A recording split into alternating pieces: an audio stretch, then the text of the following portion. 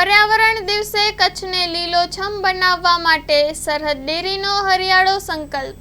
વિશ્વ પર્યાવરણ દિવસના ઉપક્રમે આંતરરાષ્ટ્રીય સહકારિતા વર્ષ 2025 નિમિત્તે જિલ્લાભરમાં દૂધ મંડળીઓ મારફત 75,000 વૃક્ષોની વાવણી કરવામાં આવી। ઈટીપીમાંથી ઉત્પાદિત બાયોગેસનો સરહદ ડેરી પ્લાન્ટમાં સદુપયોગ। સરહદ ડેરી દ્વારા શ્વેત ક્રાંતિની સફળતા બાદ હરિયાળી ક્રાંતિ તરફ ડગ માંડ્યા છે, જે અનુસંધાને આજરોજ વિશ્વ પર્યાવરણ દિવસ નિમિત્તે રાજ્યવ્યાપી વૃક્ષારોપણ અભિયાન અંતર્ગત સરહદ ડેરી દ્વારા 75,000 વૃક્ષોનું વૃક્ષારોપણ કરવામાં આવ્યું। દરેક પશુપાલકોને વૃક્ષારોપણ કરવામાં આવે તેના માટે રોપાનું વિતરણ કરવામાં આવી રહ્યું છે।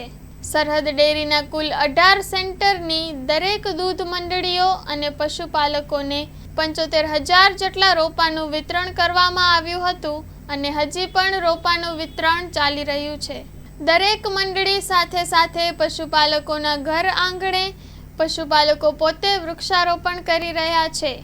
વધતા જતા પ્રદૂષણને નિયંત્રણ અંગે અનેક સંસ્થાઓ દ્વારા વૃક્ષો વાવીને સામાજિક જવાબદારીનું પ્રેરણાત્મક કાર્ય કરવામાં આવી રહ્યું છે। વધુમાં તેઓએ જણાવેલ કે આજના દિવસે સરહદ ડેરી પર્યાવરણ ક્ષેત્રે નવીન પહેલ સાથે આગળ આવી છે।